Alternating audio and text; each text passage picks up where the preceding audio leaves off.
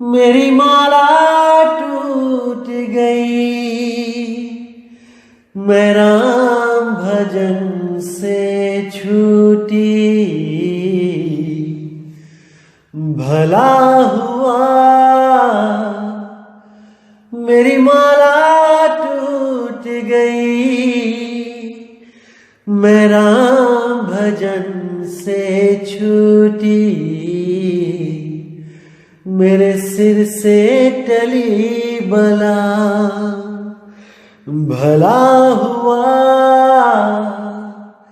मेरी माला टूट गई, मैं राम भजन से छूटी।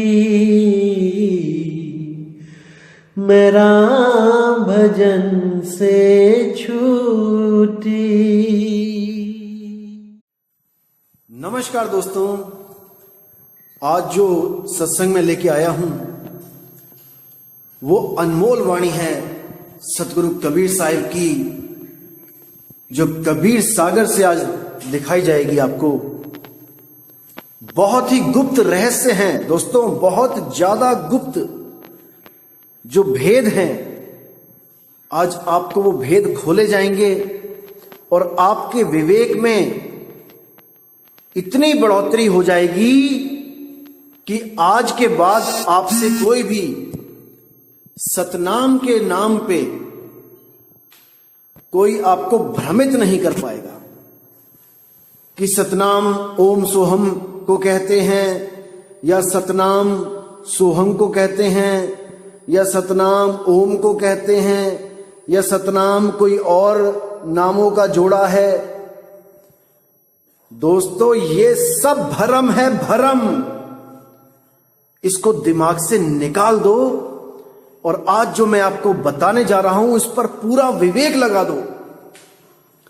एक एक चीज ऐसी क्लियर हो जानी चाहिए आज सतनाम के रिगार्डिंग कि आपको दोबारा कोई भरम में डाल ना सके। तो दोस्तों आज कबीर सागर, आज इस पे बात करेंगे।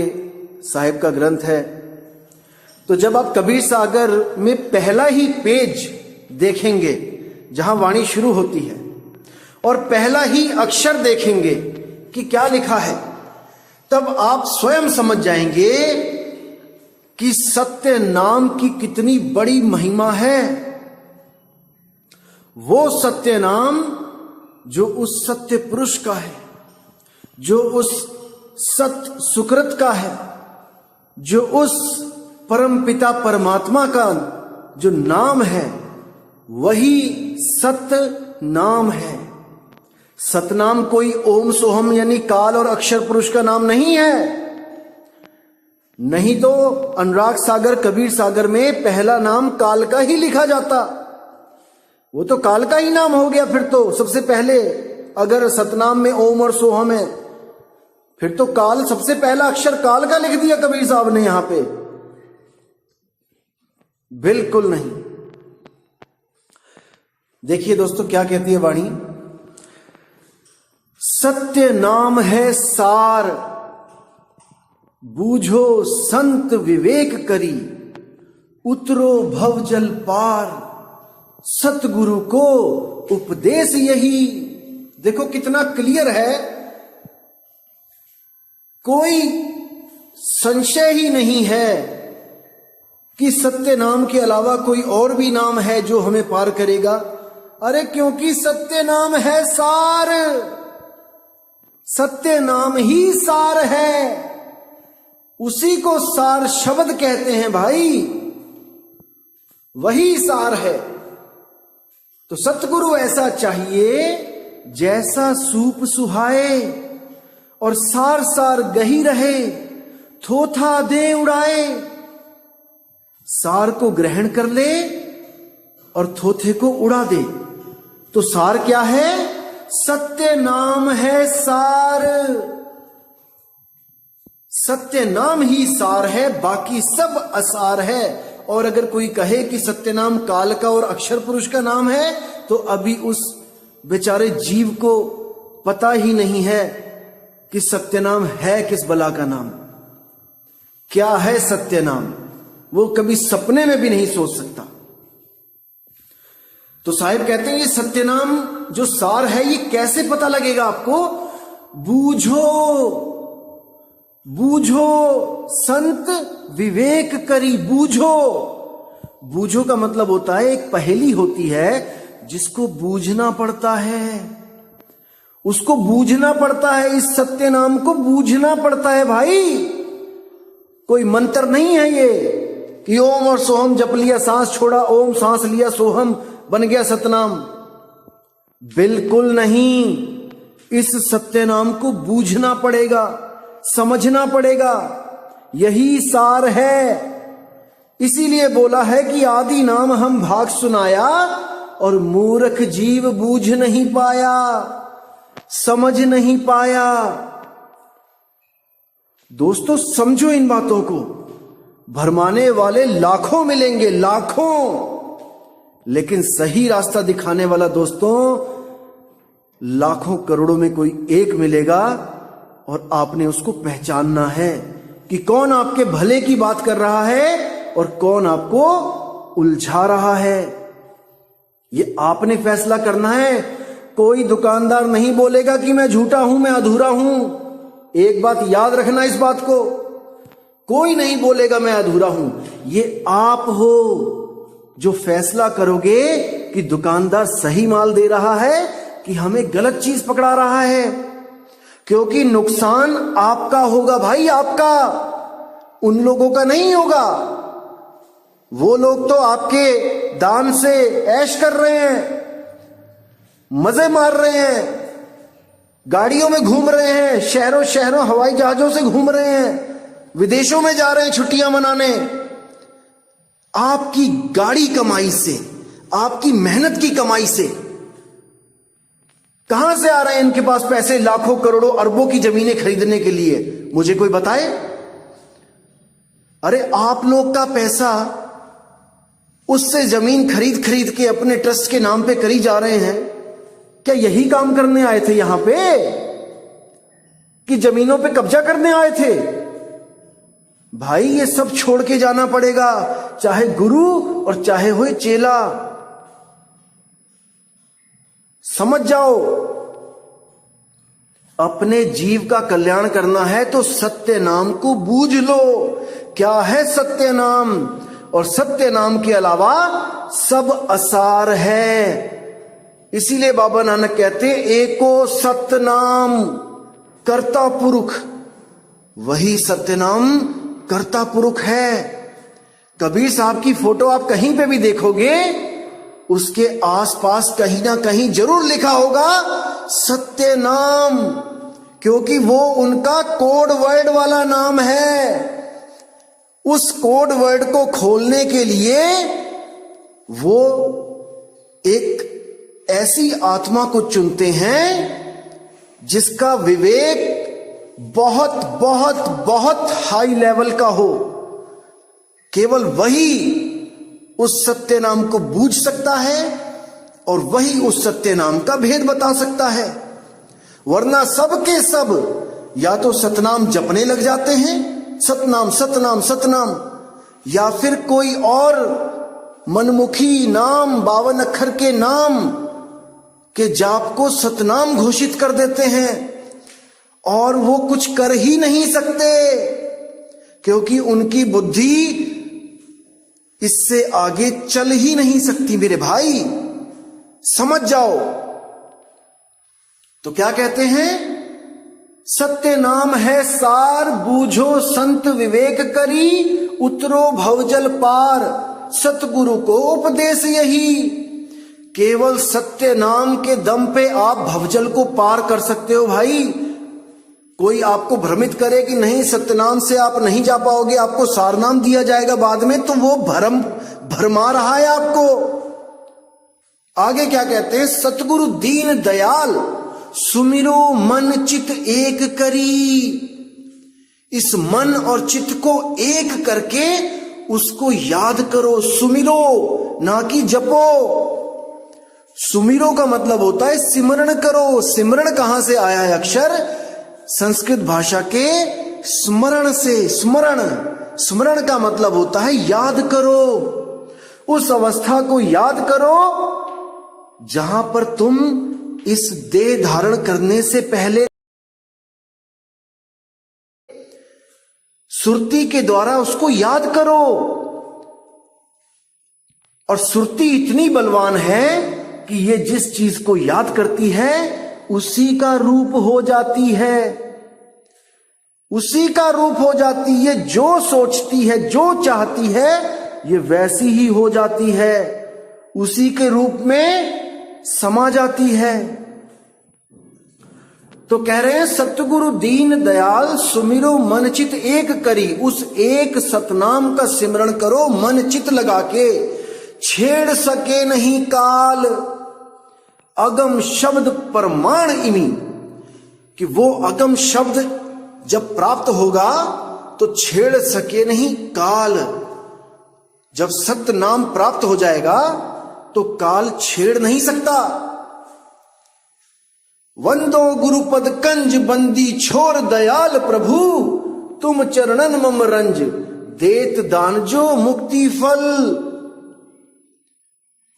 आगे कहते हैं मुक्ति भेद में कहूं विचारी, ताको नहीं जानत संसारी। जो मुक्ति का भेद मैं बता रहा हूं, जो सतनाम का भेद बता रहा हूं, उसको ये संसारी जगत, संसारी गुरु, तीन लोक के गुरु नहीं समझ सकते, नहीं समझ सकते। बहु आनंद होत तिहि ठाऊं, संशय रहित अमरपुर गाऊं। संशय रहित, वहां पर कोई संशय नहीं रह जाती। वही अमरपुर गांव है जहां पे जाके सुरती उस शब्द का, उस सतनाम का दीदार करती है और उसमें समा जाती है। अरे सुरत समाए शब्द में, वाह को काल न खाए। उसको ये काल नहीं खा पाएगा, नहीं पकड़ पाएगा। अब जब आप प्रश्न नंबर 2 पे देखेंगे, वहां पे कितना स्पष्ट लिखा हुआ है कि कोई भी समझ जाएगा कि भाई वो परमात्मा एक है, पति एक है, हमारा पिता एक है और उसका नाम भी एक है और उसी एक नाम को हमने खोजना है। खोजो खसम कबीर, उसी एक नाम को खोजना है। तो क्या है वो एक नाम? वो एक नाम ही सत्य है, वो सत्य नाम है। देखो क्या लिखा है, सुन धर्मनि में कहूं समझाई, एक नाम खोजो चितलाई। पूरा चित यानी पूरा मन लगा के पूरे विवेक से उस एक नाम को खोज लो भाई। और वो एक नाम कहां है? घट घट मेरा साइया, सुनी सेज ना कोए, बलिहारी व घट की, जिस घट पर घट होए। वो एक नाम आपके घट में ही है, लेकिन बिना भेदी गुरु के वो नहीं मिल सकता, क्योंकि इस घट में शैतान भी है। शैतान भी इसी घट में रहता है भाई। तेरा साईं तुझ में है, दुश्मन भी तुझ माही। तो सतगुरु साईं और दुश्मन का भेद बता के दोनों को अलग अलग कर देता है, मन को अलग कर देता है, सुरती को अलग कर देता है और उस सुरती को शब्द में कैसे समाना है ये विधि बता देता है। नहीं तो सब के सब इसी घट में, शरीर में ढूंढते हैं और उस मन काल निरंजन के जाल में फंस जाते हैं। उस ज्योत स्वरूपी के प्रकाश रूपी जाल में फंस जाते हैं। जैसे आप रात में खेतों में निकलोगे टॉर्च लेके और बहुत हाई पावर टॉर्च हो, आप जैसे ही टॉर्च जलाओगे वहां पे कोई खरगोश हो, वो भागता भागता रुक जाएगा, एकदम शह जाएगा और वहीं बैठा रहेगा, उस रोशनी को देखता रहेगा, चाहे तो पीछे से कोई दबे पांव जाके उसको पकड़ ले। इसी तरह काल के पास एक ही जाल है, वो है प्रकाश का जाल, रोशनी का जाल, अरबों खरबों सूरज चमका देता है एक ही बार में। जब अर्जुन को गीता आप पढ़िए, अर्जुन को 11वें अध्याय में जब उन्होंने विराट रूप दिखाया तो देखिए क्या वहां लिखा है, अरबों खरबों सूरज चमक गए, इतने सूरज चमक गए कि जिसका कोई अंत नहीं है। कहां से आए ये सूरज? भाई ये माया है, ये माया है, समझ जाओ, अभी समझ जाओ। कुछ नहीं देखना, कोई लोक नहीं देखना, कोई सूरज चांद सितारे नहीं देखने, कोई दृश्य नहीं देखना। ये सब मन दिखा रहा है, कल्पना करवा रहा है, और हम उन कल्पनाओं में उलझ जाते हैं। हम उनको सत्य मानकर उसको ही अपनी आध्यात्मिक उन्नति समझ लेते हैं कि आज तो मैंने इतने रूहानी मंडलों में सफर किया। अरे सफर करवा करवा के मारेगा वो। समझ जाओ, अभी रुक जाओ, जहां पे हो वहीं रुक जाओ। तो क्या कहते हैं, सुन धर्मनि में कहो समझाई, एक नाम खोजो चितलाई, जी सुमिरत जीव होए उबारा, जाते उतरो भवजल पारा। ऐसा गुरु ढूंढ लो जो तुम्हें वो एक नाम दे दे। कौन सा नाम? सत्य नाम। असत्य नामों को छुड़वा दे और सत्य नाम को लखा दे। सोई गुरु पूरा कहाए, 2 अक्षर का भेद बताए, एक छुड़ाए और एक लखाए। असत्य नाम, असार शब्द जितने भी हैं वो छुड़वा दे, जो 52 अक्षरों से पैदा हुए हैं वो छुड़वा दे, और केवल एक नाम, वो सत्य नाम, उस आदि नाम का लखाव करा दे। तब ये जीव भव जल को पार कर सकता है। अब क्या कहते हैं, काल वीर बांका बड़ होई, बिना नाम बांचे नहीं कोई। उस काल के जाल से कोई बिना नाम के नहीं बच सकता, बिना सतनाम के नहीं बच सकता, क्योंकि सत्य नाम ही सार है। वही सत्य नाम जो सार है, उसी के बल से ये काल आपके आगे टिक नहीं पाएगा। काल गरल है तिमिर अपारा, सुमिरत नाम होए उजियारा। काल फांस डारे गलमाही, नाम खडग काटत पलमाही।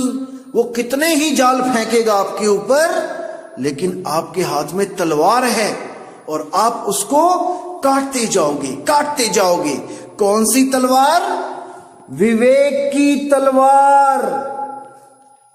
ये विवेक की तलवार है, जो काल जाल, जितने भी गुरु बैठे हैं जो आपके ऊपर काल जाल की बारिश कर रहे हैं, आप विवेक की तलवार से उन सबको काटते जाओगे और उस सत्य नाम को सतगुरु के द्वारा प्राप्त करोगे।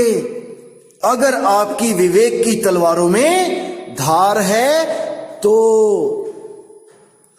आगे क्या कहते हैं, काल जंजाल है गरल स्वभाव, नाम सुधारस विषय बुझाऊ। विष की लहर मतो संसारा, नहीं कछु सूझे वार न पारा। सुर नर माते नाम विहूना, ओंट मुए ज्यों जल बिन मीना। सुर नर मुनि सब, किसी के पास वो नाम नहीं है, वो नाम विहूना है, और वो ऐसे तड़पते हैं जैसे जल बिन मछली तड़पती है अंत समय में, क्योंकि नाम है नहीं और काल ने तो अपना दांव खेलना है। भूल परे पाखंड व्यवहारा, तीर्थ व्रत और नेम अचारा। तीर्थ व्रत और नेम में, पाखंड में वो सब भूल गए, उस सार शब्द को भूल गए, उस सत्य नाम को भूल गए जिसके द्वारा उनको मुक्ति मिलनी थी। अरे गर्भवास में भक्ति कबूला और बाहर आके उसको भूला। गर्भवास में भक्ति करी और मालिक से अरदास करी कि हे मेरे मालिक, मुझे एक बार बाहर निकाल दो, मैं तुम्हारी भक्ति करूंगा, पल पल तुम्हें याद करूंगा। लेकिन बाहर आते ही पहला अक्षर सीख जाता है मां। मां से माया, मां से ममता, मां से मोहिनी। अरे माया